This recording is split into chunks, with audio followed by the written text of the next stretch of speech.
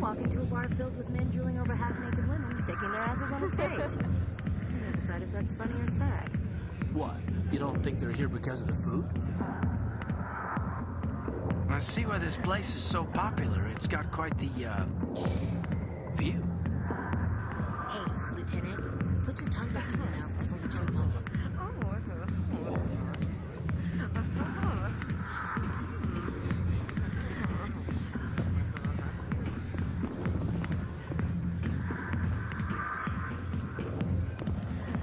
Hi, I'll be with you in just a sec. I'll wait right here. Why do I get the feeling you're not here to order drinks? I need to talk to you about your work with CSAC. I don't know what you're talking about. Now, if you don't mind, I need to get back to my customers. This isn't a game, Jenna. These people are dangerous. Now you sound like my sister. Why is everyone so concerned about me? I can take care of myself. I need to go. I'm not a stripper. I don't get paid to stand around and look pretty. Charming girl.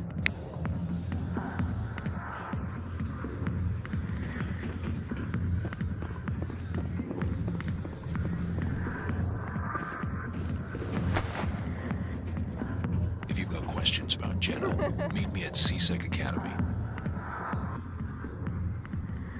What did you just say? Push off. I never did nothing to you. Damn newcomers. Think they can run the place. What was that about? I guess we better go find out.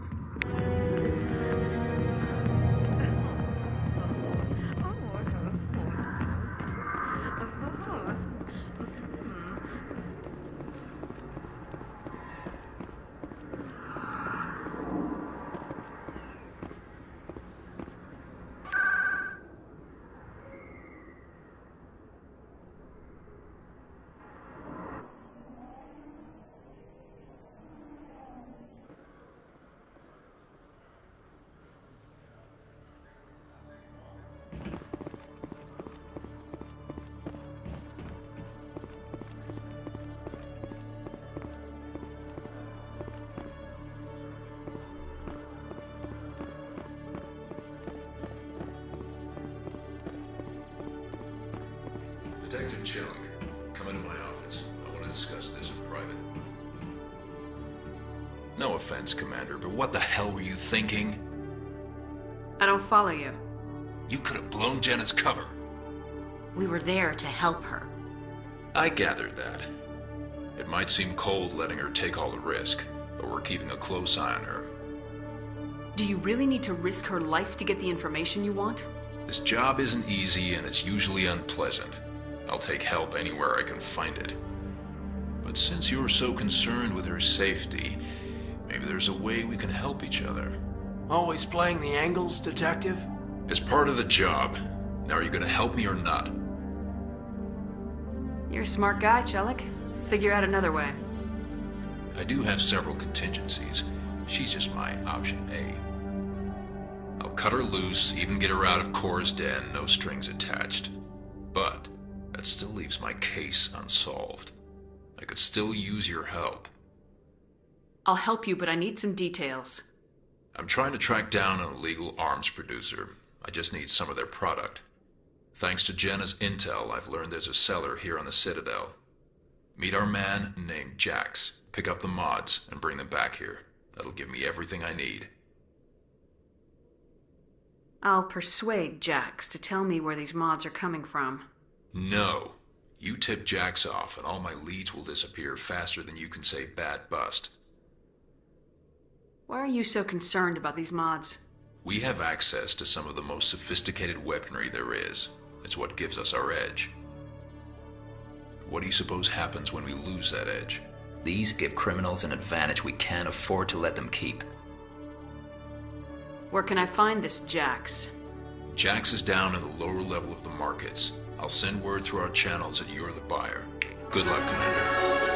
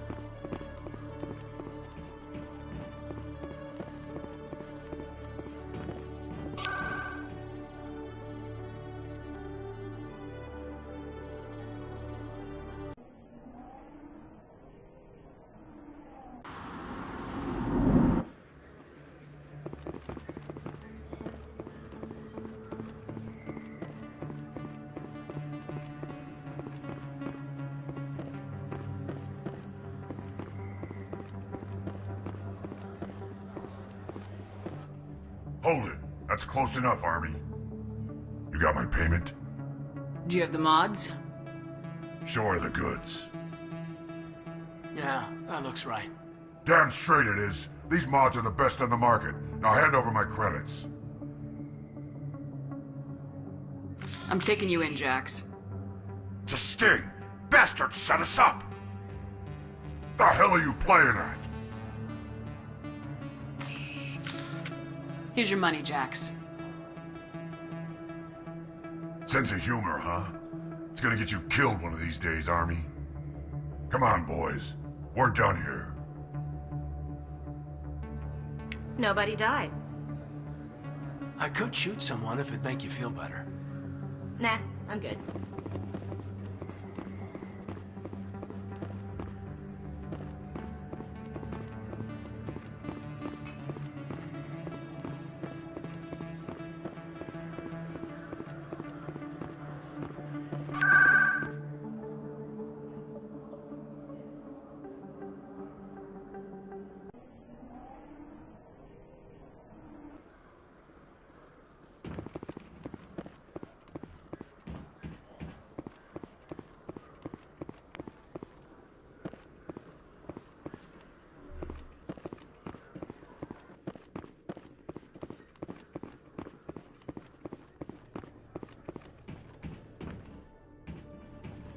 Commander, I hear you have something for me. Here's your shipment, Chelik. Excellent. This is everything I need. Maybe more than I need. Here, Commander, take this. I won't need it, and you've earned some payment for your work. I appreciate your help. It shows a lot of integrity. You didn't need to do anything after I let Jenna go. Now I need to get these mods into evidence. Thanks again, Shepard.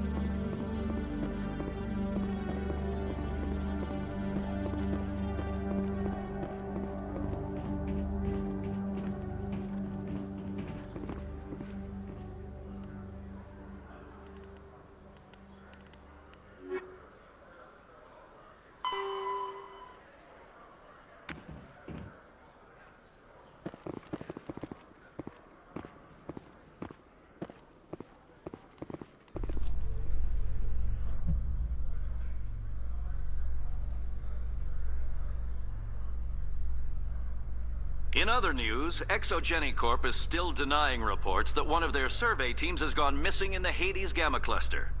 When asked why communication with the survey team was suddenly cut off last week, company officials refused to comment.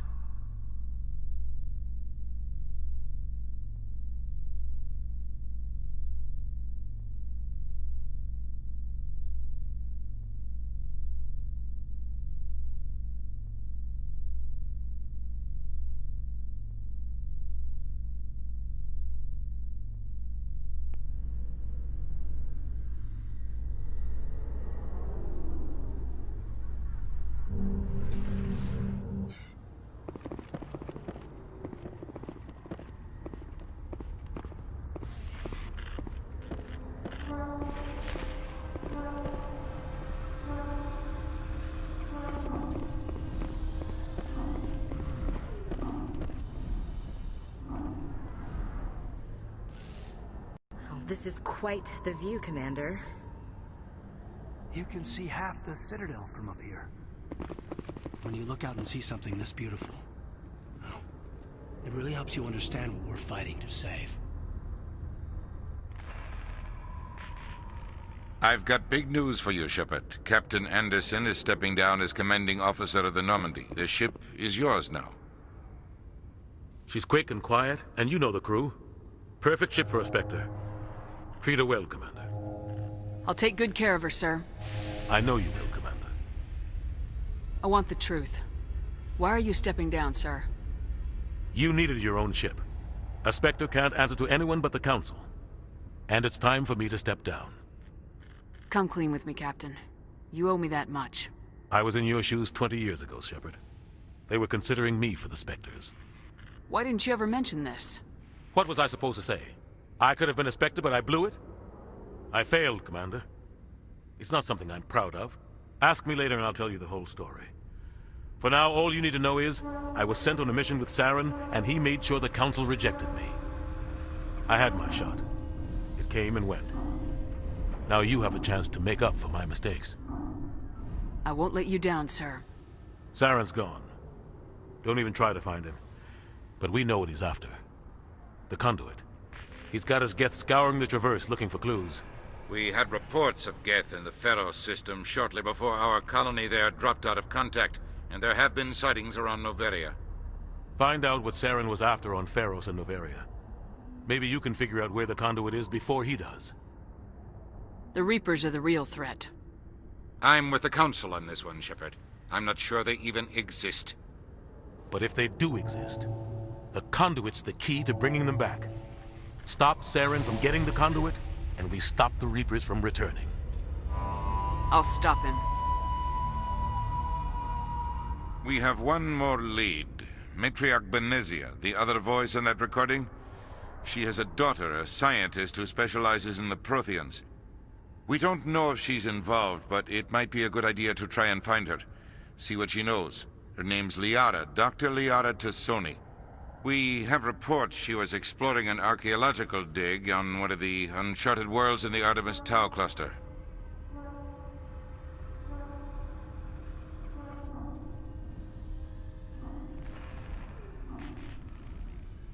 The colonists on Pharos might still be alive. It's your decision, Commander. You're a Spectre now. You don't answer to us. But your actions still reflect on humanity as a whole. You make a mess and I get stuck cleaning it up. I'll try not to make things any harder on you, Ambassador. Glad to hear it, Commander. Remember, you were a human long before you were a Spectre. I have a meeting to get to. Captain Anderson can answer any questions you might have.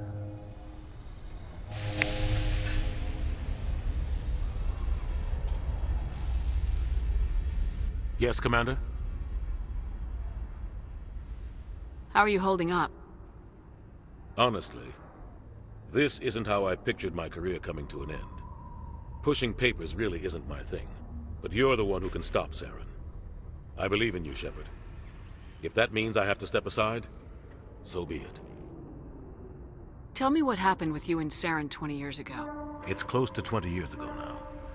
Ambassador Goyle was our representative here on the Citadel. Like Udina, she wanted to get a human into the Spectres. She chose me. The Council sent Saren to keep an eye on me and evaluate my performance, just like they sent Nihilus to keep tabs on you. Why weren't you honest with me? It's not something I'm proud of. I had a chance to become the first human Spectre, and I failed. Saren made sure of that. I think I deserve the whole story. We had intel on a rogue scientist being funded by Batarian interests. He was trying to set up a facility to develop illegal AI technology out in the Verge. Alliance intel had done all the work, but the Council wanted a Spectre involved. We compromised. I was assigned to help Saren in his investigation. We tracked the scientist to a refining facility on Kamala. He was hidden away somewhere inside, protected by an army of Batarian mercenaries. The plan was simple. Sneak into the plant, capture the scientist, sneak back out. Quick, quiet, and a minimum of bloodshed. I'm guessing things didn't go as planned? Saren and I split up to cover more ground. Then about halfway through the mission, there was a massive explosion in the refinery core. Officially, it was ruled an accident, but I think Saren detonated it on purpose to draw off the enemy guards. How many casualties? The explosion tore the refinery to shreds. The whole place was on fire. Black chemical clouds poured out into the atmosphere. Nobody inside survived. There was a camp for the workers and their families nearby. Between the fires and the toxic fumes, the final death count was over 500. Mostly civilians. Saren didn't care. The target was eliminated, mission accomplished.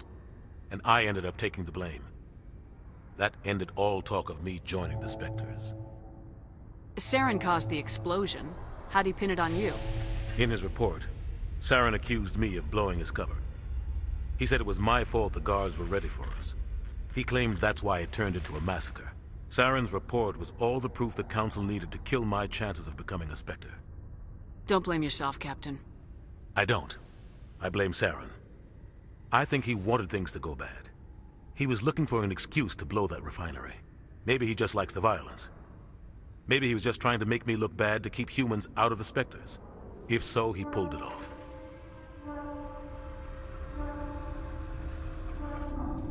The only thing I care about is stopping Saren. You're right, Commander. It's no good living in the past.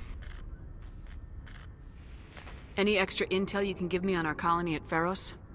The entire planet used to be one giant Prothean city. Mostly ruins now. But some of the infrastructure is still intact.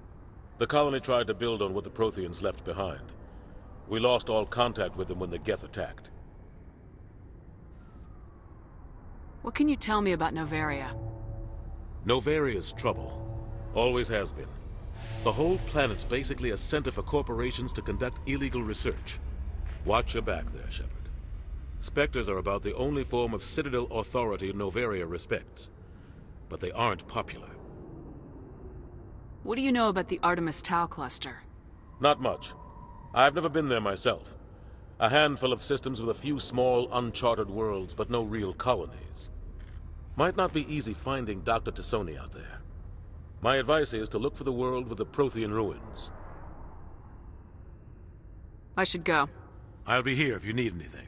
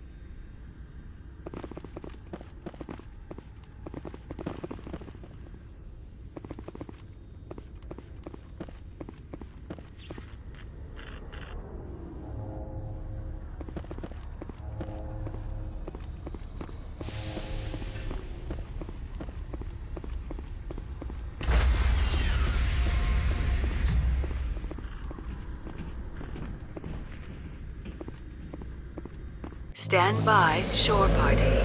Decontamination in progress.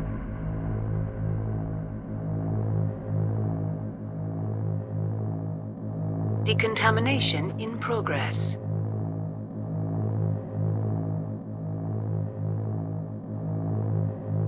Decontamination in progress.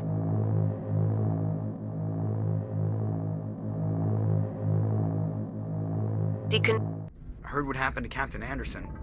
Survives 100 battles and then gets taken down by backroom politics. Just watch your back, Commander. Things go bad on this mission, you're next on their chopping block.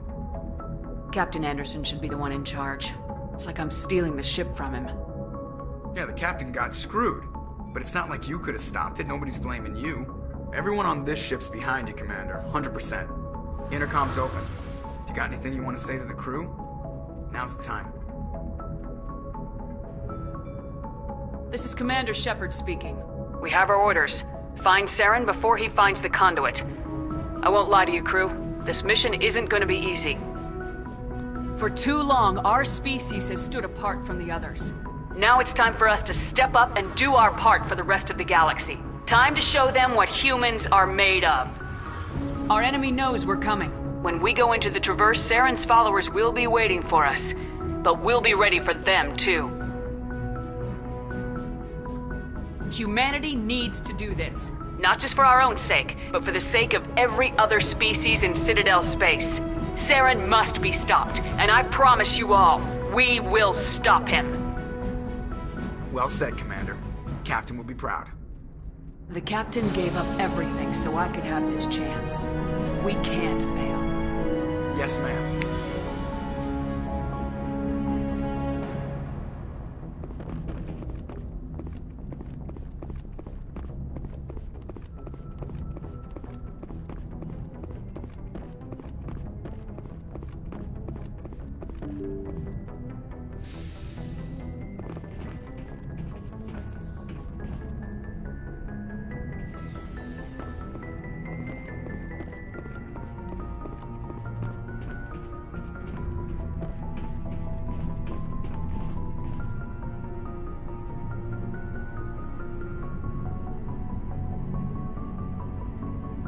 everything you need, Commander? What's your opinion on the last mission? I don't see how we could have done things any better. At least not without getting to Eden Prime sooner. And we were on the scene faster than any other Alliance ship could have been. Just trying to get a sense of where the crew's at. Thoughts? I've wasted enough of your time for now, Commander. We'll have time for personal debriefings later. We'll talk another time, Lieutenant. Commander?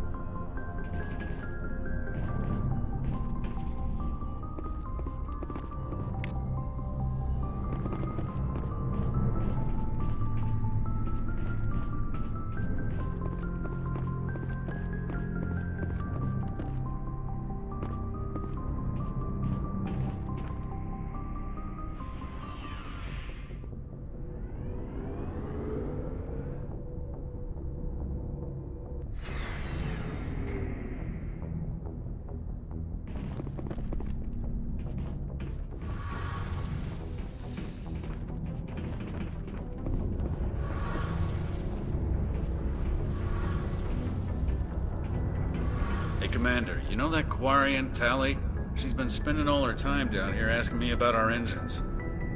I'll tell her to leave you alone. What? No, she's amazing. I wish my guys were half as smart as she is. Give her a month on board and she'll know more about our engines than I do. She's got a real knack for technology, that one. I can see why you wanted her to come along. I figured she'd be a real asset to the team. You've got an eye for Tally, Commander, but I'm guessing that's not why you came down here. Fill me in on the IES stealth system. How does it work exactly? You can't hide a ship out in space. They emit too much heat and radiation. Too easy for sensors to pick them up, unless you find a way to capture those emissions. So our stealth systems trap the energy we give off in storage sinks built into the ship itself. No emissions to give away our location. Eventually the sinks have to be vented. More than a few hours silent running and they overheat. Cook us inside our own hull. There's no way for anyone to detect us? A visual scan can still pick us up. Anyone looking out a window can see us plain as day. But you have to be pretty close to get an actual visual out in space. Most vessels rely on scanners. As long as the stealth systems are engaged, they can't see us. Not unless we accelerate to FTL speeds. Why doesn't it work with faster-than-light travel? Cranking up to FTL blue shifts our emissions, pushes them into frequencies too high to capture in the sinks. As soon as we make the jump, it's like setting off a flare. Sensors can pick up our location whenever we enter or exit FTL flight, but for short-range missions, our stealth systems are amazing, and we've got the only one. I want to know more about the Normandy. She's the best ship I've ever served on, probably the fastest vessel ever designed, and she's the only one using the new Tantalus drive core. What's so special about the Tantalus drive core? Proportionally, it's about twice the size of any other vessel. Not only are we faster, we can run at FTL speeds longer before we have to discharge the core. Where else have you served, Adams? If you name a class of Alliance ship, I've probably served on it. Everything from dreadnoughts and carriers right down to frigates like the Normandy. My last assignment was on the Tokyo, only a cruiser, but she was a good ship. Couldn't hold a candle to the Normandy, though. Carry on, Adams. Aye, aye, Commander.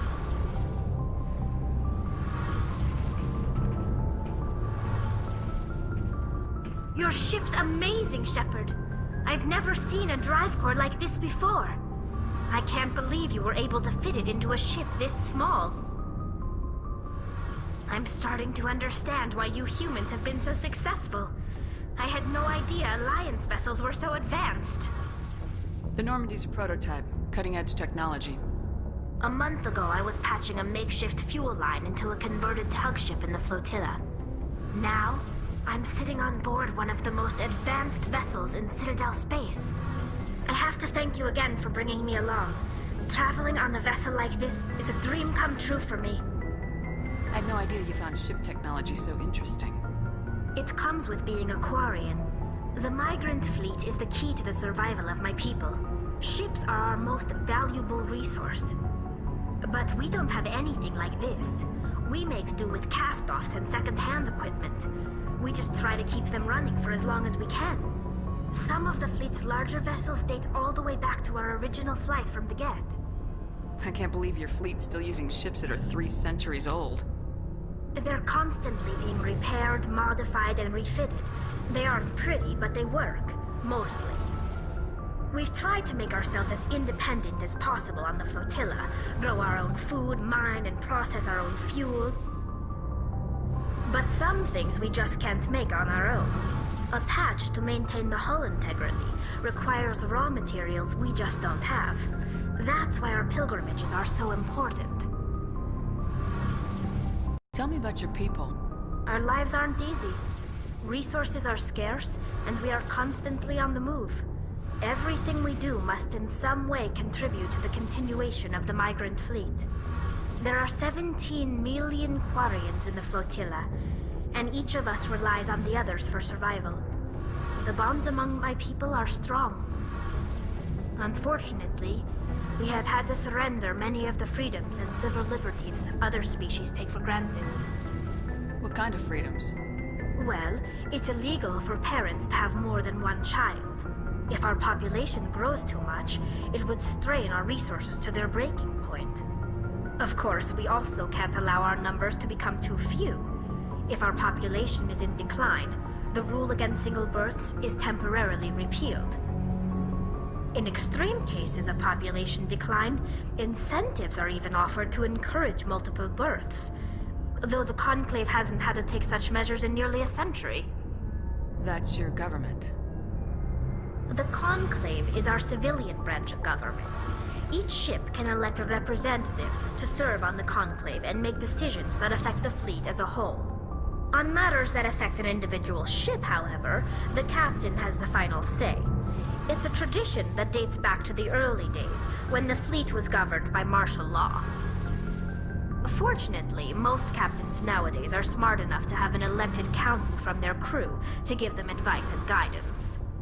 So the ultimate power rests with elected officials?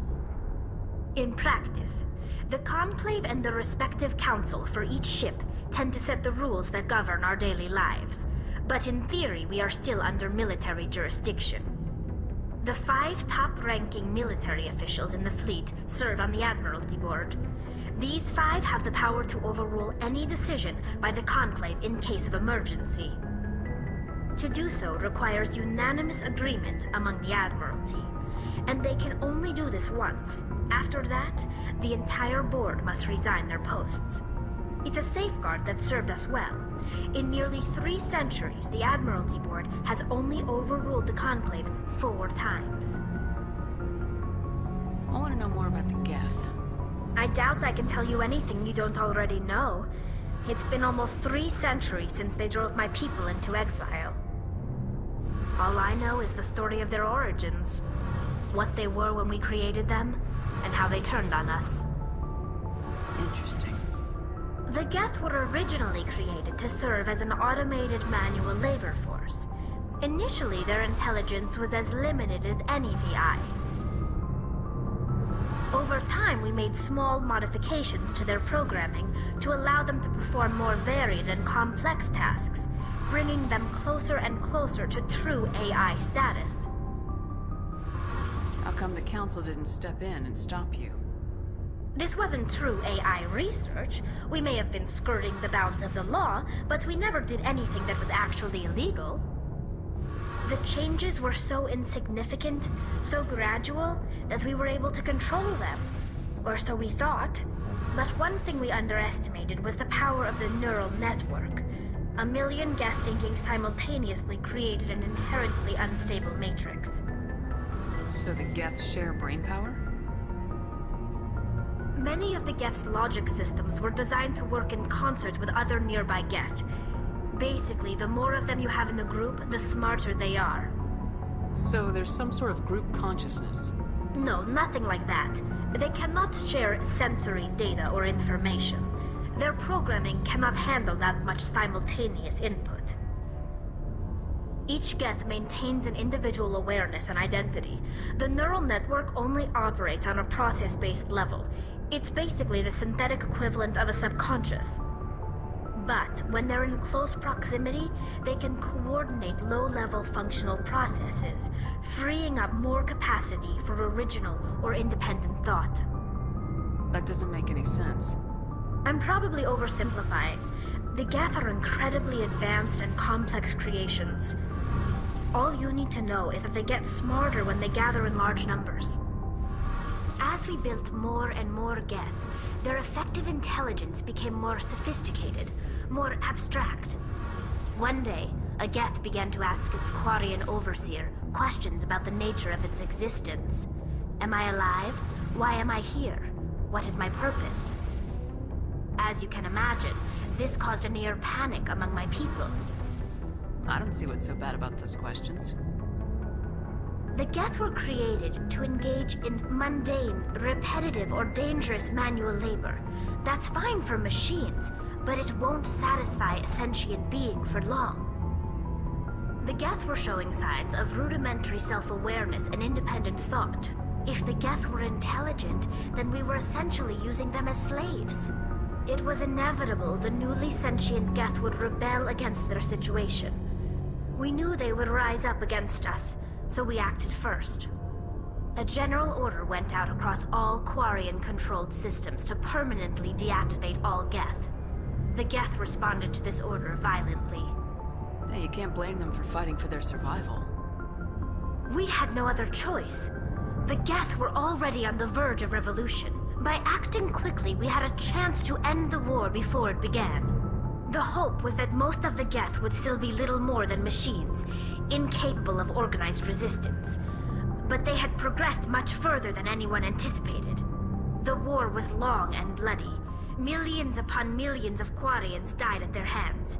In the end, we were forced to flee our own homeworld. We feared the Geth would pursue us, but they never came beyond the Veil. Now we drift through space, exile searching for a way to reclaim what was once ours. It's hard to feel sorry for you. Your ancestors tried to wipe out another species. We made a mistake when we created the Geth in the first place, but we did not make a mistake when we went to war against them. If we had not acted, they would have wiped us out. They're a synthetic life form. They have no use for organics. None. Why do you think they cut themselves off from the rest of the galaxy? Why do you think they've killed every organic being who's ever tried to contact them? They didn't kill Saren. What does that tell you? The Geth are not innocent victims in all this. They're the enemy. They want to destroy us. Not just the Quarians. All organic life. That's why they've joined up with Saren. And that's why we have to stop him. I want to know more about the pilgrimage. When my people reach maturity, we leave our birth ships and seek acceptance with a new crew. It's necessary to maintain genetic diversity among the fleet. But no ship wants to accept someone who will be a burden on them. So, to prove our worth, we embark on a pilgrimage. We set out alone, leaving the flotilla and our families behind us. We only return once we have found something of value we can bring back to the fleet. This is presented as a gift to the captain of the respective ship we wish to join.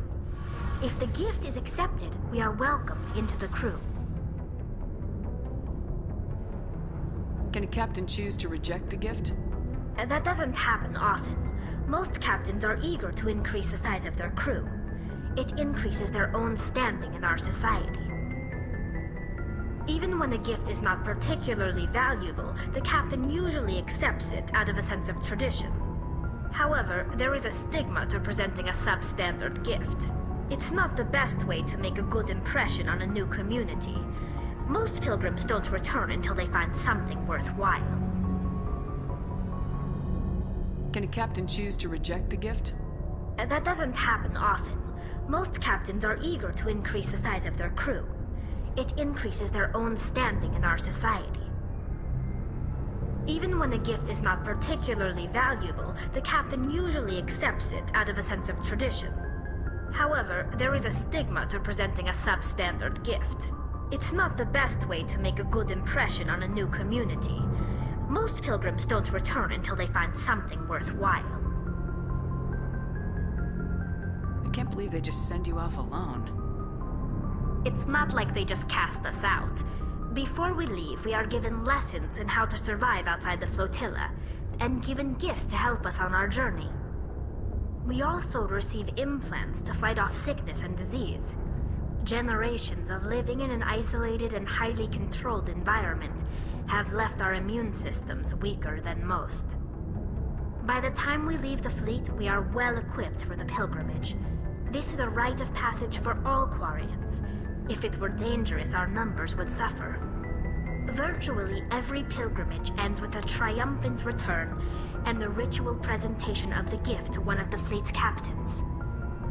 I want to talk about something else. Like what? I should go. See you later.